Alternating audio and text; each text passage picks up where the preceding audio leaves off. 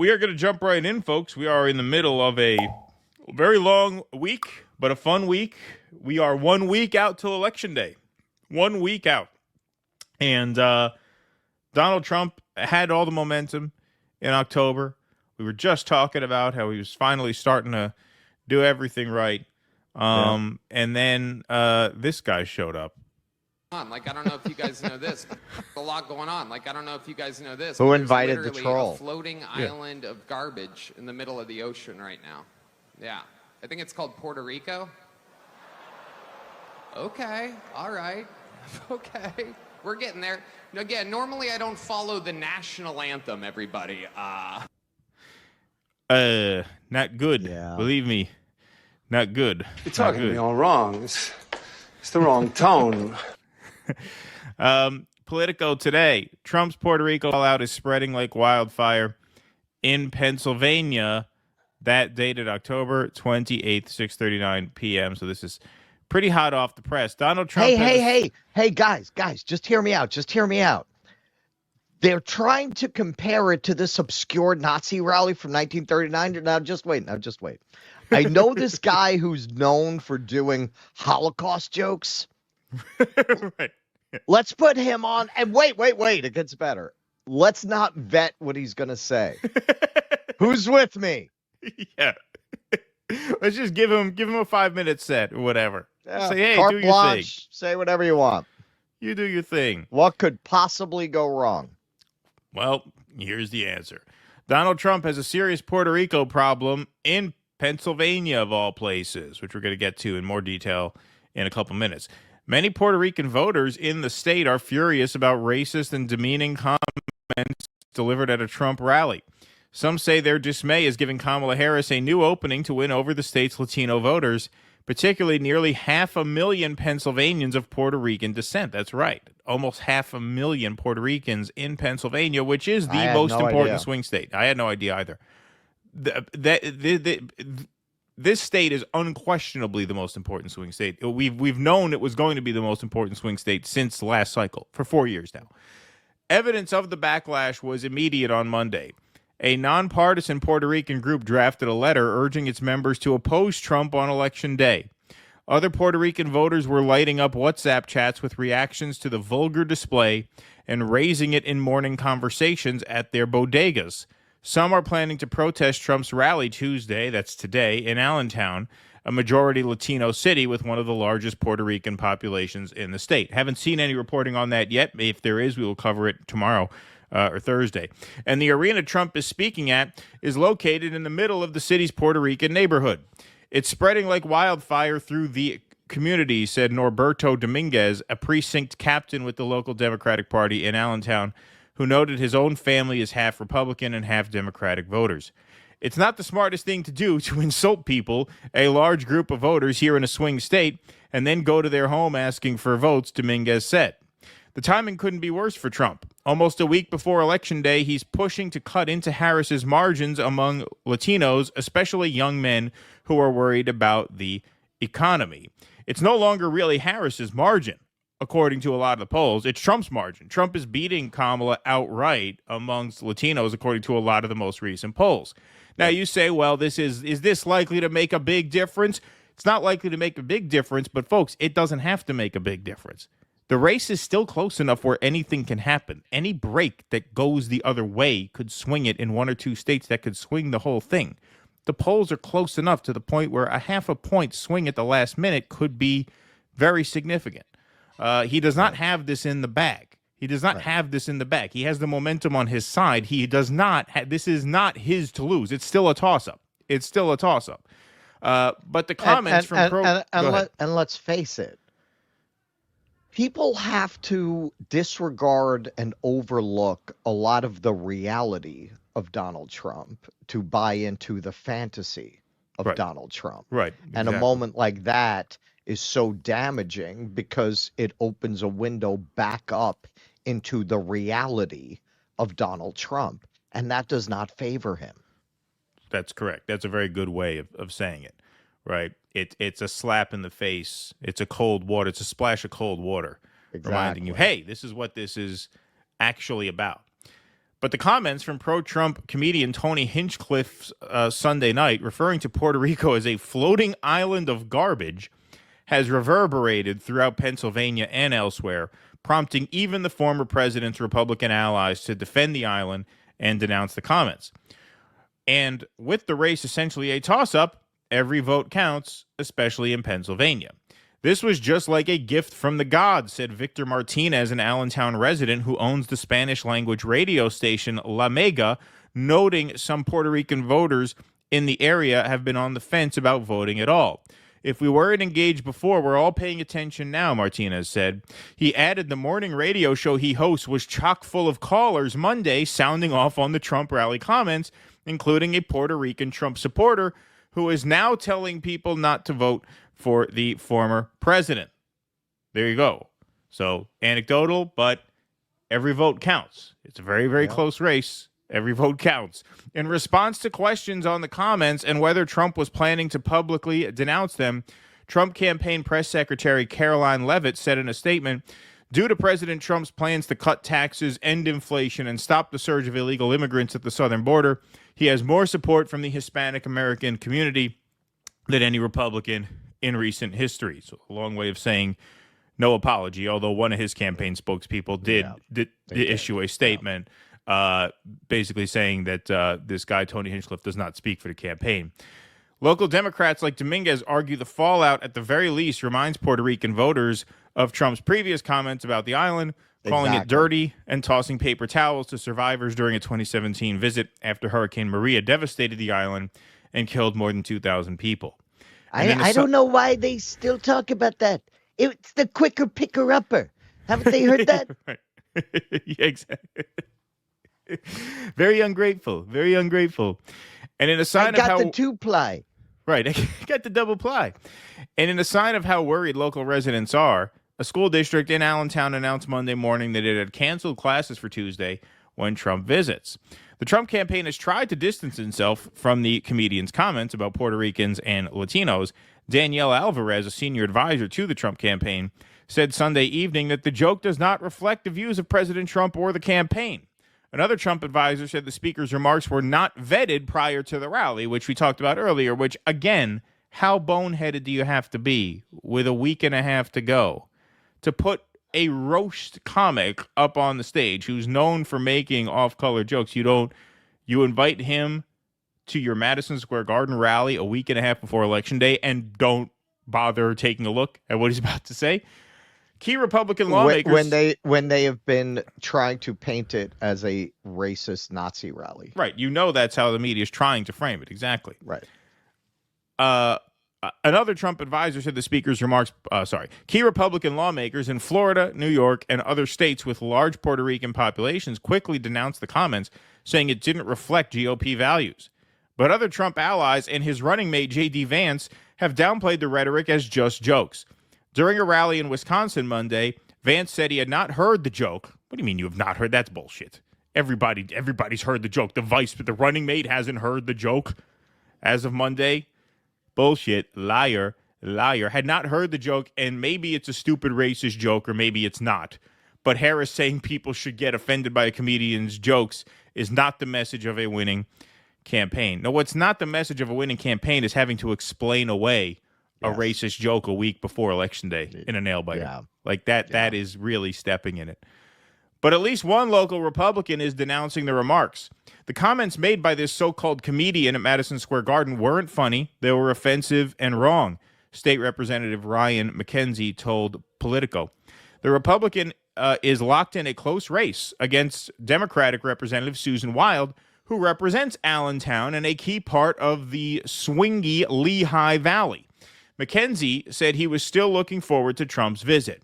And some Pennsylvania GOP strategists, even as they tried to downplay the electoral fallout, acknowledged it was an unforced error at the very least. Jimmy Zumba, a Latino GOP strategist based in the Lehigh Valley, called them stupid comments that were clearly not based on the immigration and crime themes that Republicans have tried to hammer this cycle. Okay, so we're going to look now. Newsweek put this map out yesterday. Map shows Puerto Rican population in every state. So, obviously, the state in question In this context, most importantly, Pennsylvania, 3.69% of the population, Puerto Rican, 472,000 people. Like I said, I had no idea that number was anywhere near that high. But that is quite a significant number, considering Pennsylvania is one of the closest and not one of the most important swing state on the map. Even elsewhere, North Carolina, 115,000, Georgia, 100,000, Arizona, 64,000. Don't forget, all of these states that we're rattling off are basically tied, which means these could very easily come down to 15 to 20,000 votes. Sure. Like, that is not at all far-fetched to think that. Sure. You could have multiple states within half a point here. Yeah, the Trump campaign, October surprised itself. Yeah, exactly. October surprised itself. Now, Florida, obviously, this is a lot more far-fetched because Trump has a lead, outside the margin of error. 1.1 million. That's a large population there, 5% of the population. It's less likely to burn than there just because he has a lot more margin for error there. But here we are, breaking. The Catholic Archbishop, of San Juan, Puerto Rico, lambasts Donald Trump and demands an apology on behalf of Puerto Ricans across the nation. He writes, "Dear Mr. Trump, having consulted with my brother bishops of Puerto Rico as Archbishop of San Juan de Puerto Rico, I was dismayed and appalled by the comments made by the comedian Tony Hinchcliffe yesterday, October 27th, at your rally at Madison Square Garden." He goes on to recap the joke here. Puerto Rico is not a floating island of garbage. Puerto Rico is a beautiful country inhabited by a beautiful and noble people, which is why in Spanish it is called un encanto, un Eden. Is that how I said it? That's how you say that word, right? I'm assuming. Yeah, more or less. More Puerto Rican soldiers died in the Vietnam War as part of the United States military than soldiers from any state in the United States. Puerto Rico is not a floating island of garbage. Oh, sorry, that was redundant. I enjoy a good joke. However, humor has its limits. It should not insult or denigrate the dignity and sacredness of people. Hinchcliffe's remarks do not only provoke sinister laughter, but hatred. These kinds of remarks do not have a place in a society founded upon liberty and justice for all. Hinchcliffe's remarks do not promote a climate of equality, fraternity, and goodwill among and for all women and men of every race, color, and way of life, which is the foundation of the American dream. These kinds of remarks should not be a part of the political discourse of a civilized society. I call upon you, Mr. Trump, to disavow these comments as reflecting in any way your personal or political viewpoints. It is not sufficient for your campaign to apologize. It is important that you personally apologize for these comments. May you be blessed with wisdom. So there you have it. And just to give you an idea, once again, of how this doesn't have to be a bombshell to make a difference. There's 1 day left of early voting in Pennsylvania. Jack Posobiec tweets out, only 12% of Republicans have voted early in Pennsylvania. That means 88% are willing to risk everything on waiting to the very last minute to vote to save America. And today is the last day to vote early in Pennsylvania. Vote today, PA. Now, that's not a hair-on-fire panic moment for Republicans, since generally speaking, Republicans do tend to vote same day, whereas Democrats do tend to vote early. But in a race as close as this, with as many X factors as this, you would like that number to be higher. There's no doubt you'd like that number to be higher. And so the point is, as I said earlier, this election is not in the bag, not by a long shot. Anything can still happen. Anything can still happen. And to shoot yourself in the dick like this a week and a half before Election Day, and the saddest people online are the people who are posting, and we've got it a little bit in the comment sections already. Well, Puerto Rico has a sanitation crisis. Didn't you know that? Everybody knows that Puerto Rico has a landfill crisis. You haven't been paying attention. They're like posting articles from like 3 to 5 years ago about landfills in Puerto Rico. Let me tell you something. If you're explaining a joke 10 days before Election Day, you're losing. That is cope. That is cope. Your closing message. Politics is all about simplicity. It's all about directness. Trump's closing message, jobs, border, peace. That's what you ought to be talking about. If you're talking about anything else, you're losing. And they were on a run there where they weren't making any of these kinds of errors. And they let this fucking guy go up there, and now they have a shitstorm on their hands. And this is bleeding over into other stories. Don't forget, the media wants Kamala. If the media sees an opportunity to drag a story like this out for the next week, they're going to take it. And you gave it to them. You gave it to them. You have to be smarter than that. You have to be more disciplined than that. Period. End of story. Don't explain to me how, they can't take it. Nonsense. Nonsense. This is politics, a national campaign in a country of 330 million people. You close on simplicity, on message. Yeah. Anything else is a major unforced error at the exact wrong time. Well, and this is what people have to remember. You can crouch defensively in your ideological corner and scream about wokeness, but nobody who sees it that way is not voting for Donald Trump anyway. Right. You have to think in terms of how persuadable people or people who can be dissuaded are going to see it. That's what's relevant. Whenever something like this comes up, I never understand people who run to defend their team. What you should be saying is, you fucking morons. Right. Do you know how important this election is? What were you thinking? You can feel that it's not a big deal. How you feel doesn't matter. You're a fanboy or girl. You're not the normal person. Right. We're talking about people like these Puerto Ricans who are going to say, well, I'm not going to vote for a guy who put something like that in his rally. Exactly. I have too much dignity and pride for that in an election that could be decided in the thousands, as the last couple have been. Right. Right. You're not just dealing with people who are deciding whether to vote Kamala or Trump in the last home stretch of the campaign. The people you really got to convince now are the people who are marginally interested, marginally informed, and who are deciding if it's worth it or not to take an hour out of their day to go vote at all on election day. Someone who's like, yeah, you know what? God damn it. Things were better under Trump. I'm going to go out, and I don't really like politics, but whatever. I'll vote for a change. I'll go vote for Trump. They see this, never mind. Fuck it. Fuck them both. Like, it can be, that's it. Like, that's what it comes down to on election day in a really close race. This is not about people who are hyper online and hyper focused on everything, really diving into the weeds. On election day, it's very much a battle to get people from, fuck it, whatever, to, all right, I'll go vote. All right. Like that's really what makes the huge difference on election day. And in a close race, it can make all the difference. It can make all the difference. In a state like Pennsylvania, 500,000 Puerto Ricans, 30,000 of them went to vote. If 30,000 people in Pennsylvania were like, yeah, I guess I'll vote for Trump, and now we're like, fuck it because of this. That could cost you Pennsylvania. That can cost you the whole thing. That can cost you the whole thing. Right. Yep. A lot of them might just not vote for anyone. Right. I must say, all in all, this is anecdotal. This is from observation, although I'd be surprised if there aren't some numbers that back this up. Trump definitely has the enthusiasm. I have never seen libs as quiet as they are right now. I know it might not seem that way because every time they open their mouth, it's like a spike in your forehead to just hear the insanity that they spout. But I'm not seeing a lot of it, man. I'm seeing a little virtue signaling. I just voted. We're not going back. I'm seeing a little of that, but nothing like what you would expect. This is super fight 2, 3, right? To take out Trump.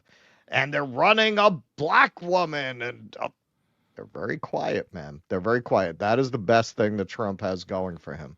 I think there are a lot of libs who don't want to vote for a genocide, but they don't want to say it because they don't want to get fired because of the Zionists who are going to come for their job or whatever might happen to them if they say something. But they quietly are not able to get their heart in supporting Kamala's campaign, unlike Trump supporters. Well, sure. And look, is it more likely than not that this is going to cost him the election? No. More likely than not, this isn't going to be the make or break thing. The point is, when it's as tight as this, when there are as many unknowns as there are going into this, and there are a lot of unknowns going into this, Trump has a hidden vote. Democrats, since 2022, have had a giant hidden vote as well. In some places, a small one. In some places, a giant hidden vote. The New Hampshire Senate race in 2022, the polls had that race tied. The Democrat blew out the Republican challenger by 9 points, even though the polls were tied. You simply don't know enough to be putting the ball in the air like this 10 days out. That's what it comes down to. Yep. Am I shocked and outraged by the joke? No, it was a stupid joke. It was not a funny joke. It was just a mean-spirited joke. Jon Stewart did a thing where he said people are taking this too seriously, and he showed jokes of the guy doing jokes at the Tom Brady roast, which Russ didn't even think those were funny. I thought those were fairly funny. But the point is, this is not the context in which you want to tell a risky joke. Yeah, you're a sick bastard. You're a sick bastard. I thought the joke about what's the guy's name? You went to the fucking LaRouche concert and you did a whole fucking set about scraping fetuses out of wombs. The joke about Jeff Ross, you're so Jewish you only watch football games for the coin toss. That's a funny joke. It's a clever joke. It's not a joke I would tell at a political event, not a political event at the end of October in a 50-50 race. It's a decent enough joke. This was not the time nor the place, and it wasn't the joke. It was not a funny joke. That's the bottom line. Look, It begins and ends at is it funny in most contexts. In this context, it's 50-50. It's is it funny and is it worth the risk? No. In any context, the joke is not funny, so you don't tell it. It's a lazy, shitty, mean-spirited joke. Lord knows I'm no stranger to off-color jokes. I'm not trying to be uptight about it. But that's not the time nor the place from a campaign standpoint. It's just a stupid shot to your own foot. Yep. That's it. That's what it comes down to. Yeah, of course. Please clap.